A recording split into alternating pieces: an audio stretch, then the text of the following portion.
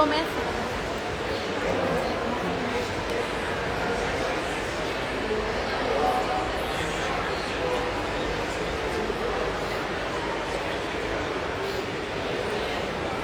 Great. Welcome everyone to this side event. The side event about the UAE nature-based solutions. And my name is Tanzeed. I'm the Managing Director of Earth Matters Consulting. I'll be your moderator and MC for the day. We have a really interesting lineup of speakers. So I'm not going to give an introduction to the topic or anything. I think we're just going to dive straight into it. I appreciate we've joined a bit late. We started a bit late as well.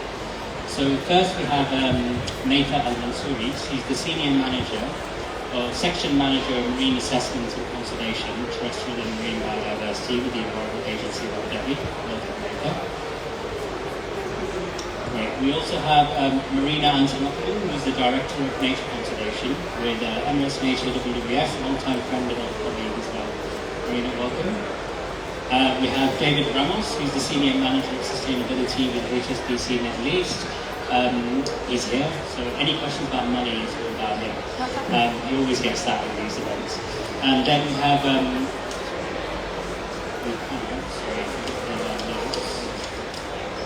Muafaq Al-Qadari, who is an advisor with GHG Advisory and very knowledgeable about this topic as well. So you'll get to hear from all of them. But I'd like to start with ladies first, which is really important given it is an inclusive event. So Nathan, can you explain a bit more about why this topic is so important? Assalamu alaikum. First of all, I would like to welcome you all to our humble panel discussion. We will be talking a lot about natural-based solutions. And in today's environment, natural-based solutions is one of the key weapons or tools we have today to combat climate change. And natural-based solutions give us a lot of services, including combating climate change. And this is why we would like to have a full panel just to discuss these issues. Thank you, Rita. And Marina, question for you. Can you define what are nature-based solutions? Is it on? Yes, it is. Well, thank you, everyone. I think it's important to start with that question, so thanks, Tanzeed, for asking that. So essentially, nature-based solutions are meant to be interventions on the ground that bring measurable achievements in terms of ecosystem management, protection, and restoration. So that's number one, otherwise they wouldn't be nature-based. In addition, this type of interventions, they need to bring solutions for societal challenges. And yes, climate change, of course, is one of the most critical challenges we're facing at the moment. But there are other challenges that they can definitely benefit from nature, such as disaster risk management and reduction, water and food security, and in general, broader socioeconomic benefits and human well-being. So it's not only about climate change, and good quality nature-based solutions projects need to bring those outcomes all together. So nature, climate, and other socioeconomic benefits for communities and society. And a good reference point, I think, for good quality nature-based solutions is the IUCN Global Standard. So that is a standard that any practitioner on this topic could start looking at. There's specific definitions on the societal challenges and guided documents in terms of what to follow if you want to implement a nature-based solutions project. Great, thank you. And we'll dive more into some of this soon as well. Muafaq, if I could ask you the next question. You've been following kind of some of the science around the topic with the IPCC. So I have a question related to that. How are nature and oceans featured in the recent IPCC reports? And what are the top line recommendations for policymakers? Yeah, absolutely. Thank you very much for giving me the opportunity to speak on this topic as well. I think the first thing we should identify as well is who the IPCC is. I know that they're a generally niche body, but effectively when we're hearing the climate negotiations, we're going to hear their name quite a lot. This is the Intergovernmental Panel on Climate Change, and I've been following them for the last few years. Effectively what they do is they're a body that work together with scientists all across the globe to try to understand how the climate is being impacted in very different regions. and then understand what we can try to do and what are the best solutions we can undertake in order to transition away from climate change. When you're looking at blue carbon and nature-based solutions, I think there's a few reports we definitely want to highlight, and they're the key reports you need to look into. The first one is the special report on oceans and cryosphere that was released in 2019. This is the exact report that will give you all the information you need to know about how ecosystems are likely to be impacted by climate change, about how the oceans are changing, chemistry, ecosystems, migration. From this report by itself, you'll have the building blocks and the fundamentals to understand why this is so important. From there, we have 3 general reports that were released in the most recent years, which is primarily from the 6th assessment report. The first is from the Working Group 1's report on a physical science basis. This will tell you exactly how the climate is changing now in terms of sea level rise, changes to oceanic temperature, work along that field. For those who are looking at adaptation, and this is very heavy when you're looking at nature-based solutions, you'll be looking at Working Group 2, and they're focusing a lot more on how you can use nature-based solutions to talk about soil fixation, how you can try to prevent erosion of the soil in the process, and then from there we look at Working Group 3, which are talking a lot more about mitigation, and we're going to hear more about that in today's discussion as well. But it's how these nature-based solutions, the plantations of mangroves, seagrasses, and everything of the sort can help with sequestration of carbon dioxide. Through this process, if you look at all of them in conjunction, it gives you the general fundamentals of how you can try to take this forward. But the main recommendation from the IPCC is that what we're talking about here is trying to reduce the carbon footprint of the planet, and there are 2 main streams for this. You can do it technologically, or you can do it through the environment. And at the moment, we're not technologically capable of trying to reduce these carbon emissions to the point sufficient for us to reach the 1.5 degree target. So as a result, we really need to invest significantly more when it comes to just the environmental aspects of it. So that means mass plantations, afforestation, reforestation, and putting a heavy focus on just the oceanographic side of things as well, wherever possible. Great, thank you, Marco. And you mentioned the word investment, and so that leads nicely to the question today I have for David. So David, why is HSBC interested in this topic? Well, we are in this panel because we have a global program that is called the Climate Solutions Partnership, which is a $100 million philanthropic money that we are donating to partners, and it covers 3 areas addressing climate change. One is innovation, supporting innovative companies. The other one is supporting energy transition in Asia Pacific specifically, and the third one is nature-based solutions. So particularly in this region, we have 3 projects around nature-based solutions, one in Egypt here, one in the UAE with Emirates Nature, and another one in Turkey with the local partner, the local chapter of WWF International in Turkey as well. And we're hoping to launch a new project in Bahrain as well very soon. But why is HSBC interested in this? So we have committed as a bank, as an international bank, on being net zero across our finance portfolio by 2050, and this is an extremely challenging target to achieve. First of all, because nobody knows yet how are we going to achieve that, because most of the sectors we bank, they don't have a clear decarbonization pathway.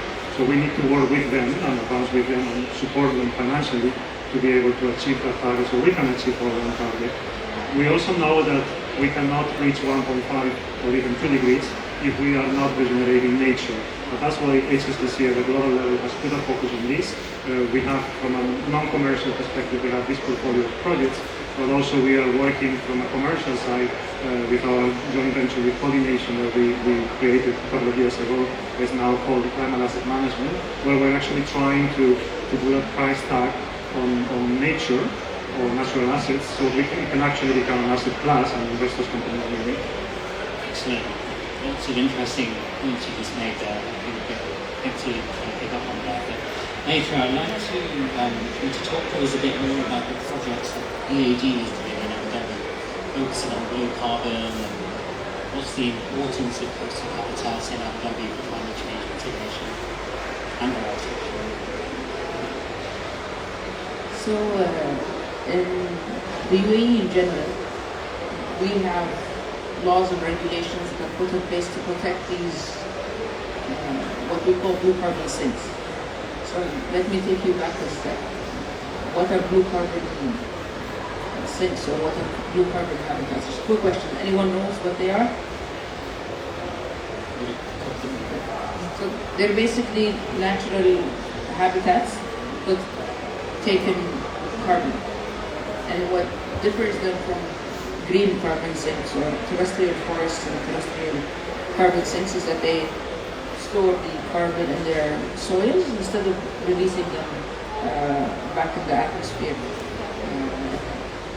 So that's why blue carbon sinks are quite important. In the UAE, like I said, in the UAE, these sinks are protected. But in Abu Dhabi, we've been working since 2012 with AGD, one of our partners, our sister companies, that has worked solely on researching blue carbon in the region. And we understand the effectiveness of these sinks in the UAE, be it mangroves, seagrass, sabkha, algal mats. So we've looked at all the blue carbon sinks that are reported, and we've invested a lot of time and money in rehabilitating, planting, and also creating more carbon sinks. I think as of today, we can proudly say that we have, since that project, we have planted over 15 million mangroves in areas that needed rehabilitation. We have protected over 112 square kilometers of mangroves because of their importance as carbon sinks. And we are currently working on a seagrass restoration project because of their importance as carbon sinks. Right. Thank you. So talking about the UAE, you've got a really interesting nature-based solution project that you're implementing in the UAE. Can you tell us a bit more about it? What's the approach? What you're trying to achieve? Sure. And just to build on David's point, so that project we're implementing in the UAE is part of the Global Climate Solutions Partnership that HSBC has established with WWF and WRI. The project is implemented in partnership with the Environment Agency of Abu Dhabi, the UAE government, the International Center of Biosalar Agriculture, and also recently we signed a strategic partnership with the Ministry of Climate Change and Environment. So that's a multiple partnership effort. And of course we're building on the previous work that EED has done in blue carbon as well over the past decade. So the project aims to look at nature-based solutions, the definition we offered earlier. So offer interventions that they bring us to nature conservation, natural ecosystems conservation on the ground. So it's not only about mangroves, it's not only about mangroves restoration or afforestation, it's to looking into those natural carbon sinks that they have been here for quite a while, and they have been sequestering carbon under the soil for decades. So the idea is to avoid further degradation of those ecosystems and avoid further emissions of GHG emissions in the atmosphere essentially. We have identified 2 coastal lagoons in the UAE as priority sites to implement our interventions. One is in Abu Dhabi and the other one is in Kuwait. And the idea is obviously we need to bring those measurable outcomes in GHG emission reductions, but also looking into the socioeconomic benefits that communities and businesses that operate in those coastal lagoons can generate for the future. One element that David mentioned earlier is that nature-based solutions at the moment typically receive philanthropic funding from corporates or typically funding from the public sector. And we have seen a major funding gap when it comes to nature-based solutions that we want to see at scale. So to bridge that gap, we need to bring private sector closer. So we need to have those public-private partnerships with more private sector financing going into nature-based solutions. So looking into commercial viability of what we're trying to achieve, linking it with ecotourism opportunities, protected areas, but through the business side of things, as well as food security and food innovation. These are some of the elements we want to explore as part of the project and build that commercial business case that can be more appealing to the private sector in the future and build those mechanisms for further financing. So that's our approach. So yeah, if anybody wants to know a little bit more, we have more information on the website. Thank you. And actually, David, partnership here with WWF. I'd be curious to know what would cause a bank like your bank to invest in these solutions? What are the success factors you're looking for to make it scalable in the future? I'm not sure a bank like us would commercially invest directly, but we can facilitate finance. That's, I think, our major role that we can play in this. How can we help the beneficiaries, the ultimate beneficiaries of those projects that are going to, again, benefit economically, not only from a national perspective, but the actual economic value of those ecosystems. So those are the actors that can probably be the ones interested in raising funds, and we can help facilitate that activity through blue bonds, through green bonds, all of those mechanisms. So what we're trying to do with our projects is, it's interesting because I remember 2-3 years ago when we were actually developing and finding potential partners across the whole region, we struggled a lot because a lot of the proposals that we were getting, they were about planting 100 trees or 1,000 trees, or just the focus was on the activity of planting trees itself. What we didn't want is just focus on that. We understand that, of course, we need to restore nature as an important part of all the nature resolution components and programs. But for us, the most important part was to actually understand what is the aggregated economic value of those ecosystems. It is relatively easy to understand what is the value of one mangrove tree or one forest specifically, but when you look at that aggregated value of the biomes of the ecosystem, the coastal lagoons that Marina was talking about, it is very different. And when you integrate as well the social aspects to the economical aspects, the value is much higher. Traditionally, we've been taking nature for granted and using nature without actually considering the value that it's bringing. And that created imbalances that actually took us to where we are today. So unless we really bring that externality, the value of that externality into our daily activities, our daily products, it's going to be very difficult to actually change how we do things and address climate change in the long term. Thank you. And one fact actually related to this point, it's easy obviously to quantify carbon and put a price on it in involuntary markets, but obviously there's broader benefits, and David was hinting at that, and so was Marina. Not to mention, I guess, cultural benefits and intrinsic value of nature itself. But when it comes to climate adaptation and resilience offered by blue carbon habitats in particular, can you explain a bit more about that? What are the adaptation and resilience benefits that they offer? Yeah, absolutely. So specifically when we're talking about this in the framework of the UAE, for example, we have a lot of studies that have done on this particular topic. One of the main ones that I love to talk about as well is when we released the State of Climate report back in the year 2021. This report essentially was just a synthesis of all the different modeling studies that have taken place in the region. So we're talking not just in the UAE, but also the surrounding region of the Arabian Peninsula, parts of Africa, and we were just trying to understand how is this general region going to be impacted by climate change by the year 2050 and 2100. And some of the main findings that we had was that there's definitely going to be a noticeable increase in terms of sea level rise, which is going to increase a significant part of just the coastlines being eroded away back into the ocean. And some of the studies looked into just some of the potential that you could have when you're trying to implant certain roots into the region so they can try to prevent that soil from being taken away. But in addition to this, a lot of the work we're talking about when it comes to adaptation primarily comes from what you need to adapt against.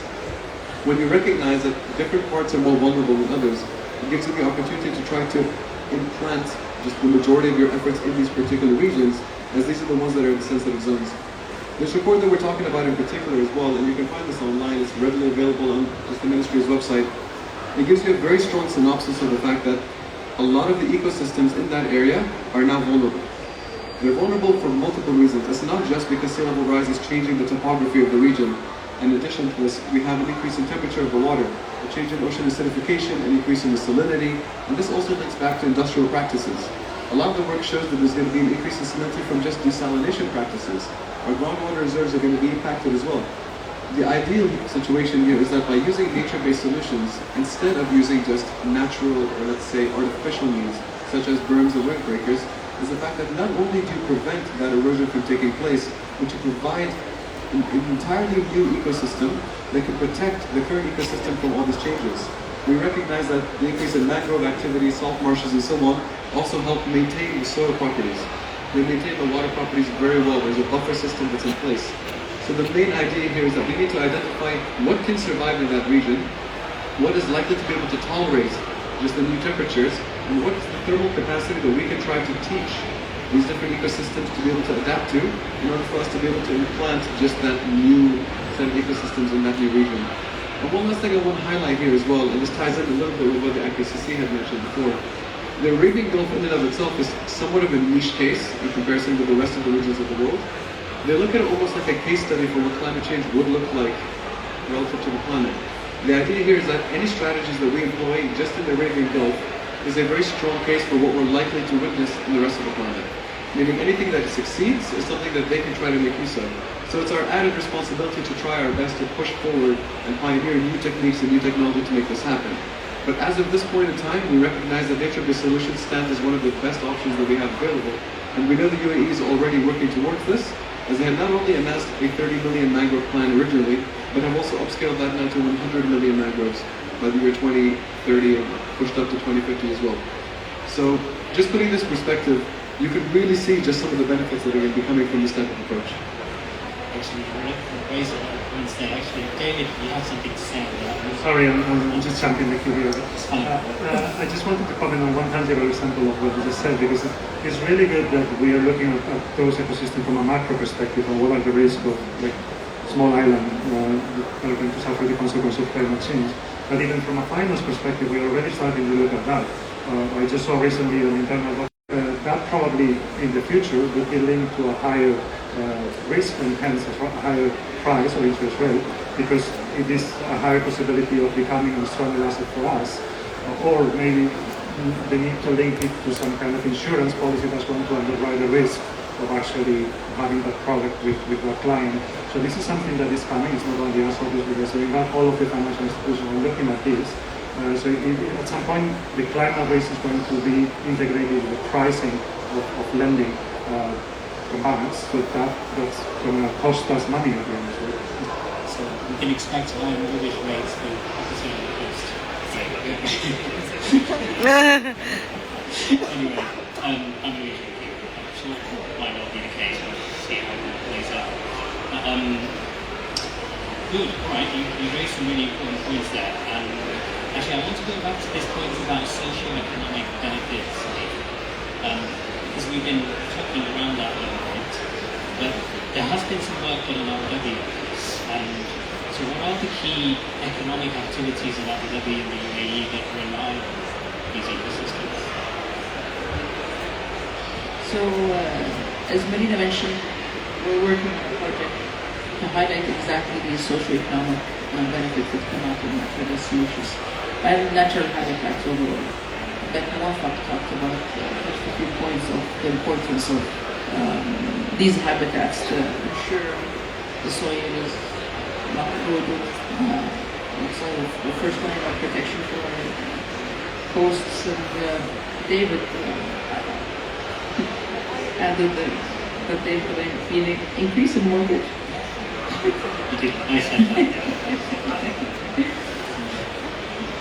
So that all plays in the socio-economic benefits of these habitats. These habitats, and I might disagree with David on having to put a price on these habitats, because anything you put a price on can be bought, and that's nothing we don't want to see happening. So in the UAE specific, natural-based solutions or these natural habitats are quite important, not just for blue carbon, and got that covered. It's important for food security. It's quite a very important source of food security. For those who don't know where Abu Dhabi is basically an island, and our main source of protein is fish. These habitats are quite important for our local fisheries. Very important note, our fisheries are artisanal, not big scale. So even in our fisheries practice, we try to limit impact on these habitats by keeping it small scale, artisanal, just enough fish, not to be exploiting our stocks. So there's nothing really I can add much because the guys covered most of the things. It's just that the other thing that these ecosystems provide is ecotourism. People have this notion that we live in a desert. I promise if you come to the UAE, you'll see something different. The mangroves play a very important role in ecotourism. Corals, some of our corals play a very important ecotourism. We have a lot of nice dive sites that people like to go and go out to. But from our perspective, the most important benefit is the solutions these habitats give us to combat climate change. Today, I'm not talking about today, this is one of the most important benefits we get. Excellent, thank you, Vic. You highlighted really critical points there about benefits and actually Marina, it makes me think, you've been working, your background is conservation, you've been working on this topic for a long time. What do you see are the key challenges and the opportunities to scale and strengthen the integrity of nature-based A lot of challenges and a lot of opportunities, right? So in terms of challenges, I'd say that one thing that we're seeing around the world is there is a lot of focus on afforestation. And if these type of initiatives are not being designed or implemented properly, it might not bring the outcomes that these projects intend to have. So we've seen around the world actually monoculture plantations and forests that actually have a negative environmental impact. So these type of projects need to be designed properly, and they need to be embedded in science and embedded with evidence. So what we believe is very important is to have a strong baseline from an ecological point of view to look at what is the ecological status in the area you're working on, number one. Make the problem, have a problem statement, if you like. Define what is the societal challenge that you need to address through nature and have it very clear and clearly articulated. And based on this baseline, build a monitoring program, short and long term, to be able to demonstrate what is the achievable outcomes that you bring, right? And back to the point of bringing also private sector and investors are asking hard questions when it comes to impact. So yes, making the business case is quite challenging for us as well from a conservation perspective. But letting them know and making sure we have hard data on what is the actual impact on the ground is super important for the private sector and investors as well. So it's not only because we want to make change, but it's also how do we speak to stakeholders and how do we essentially bring up those issues. So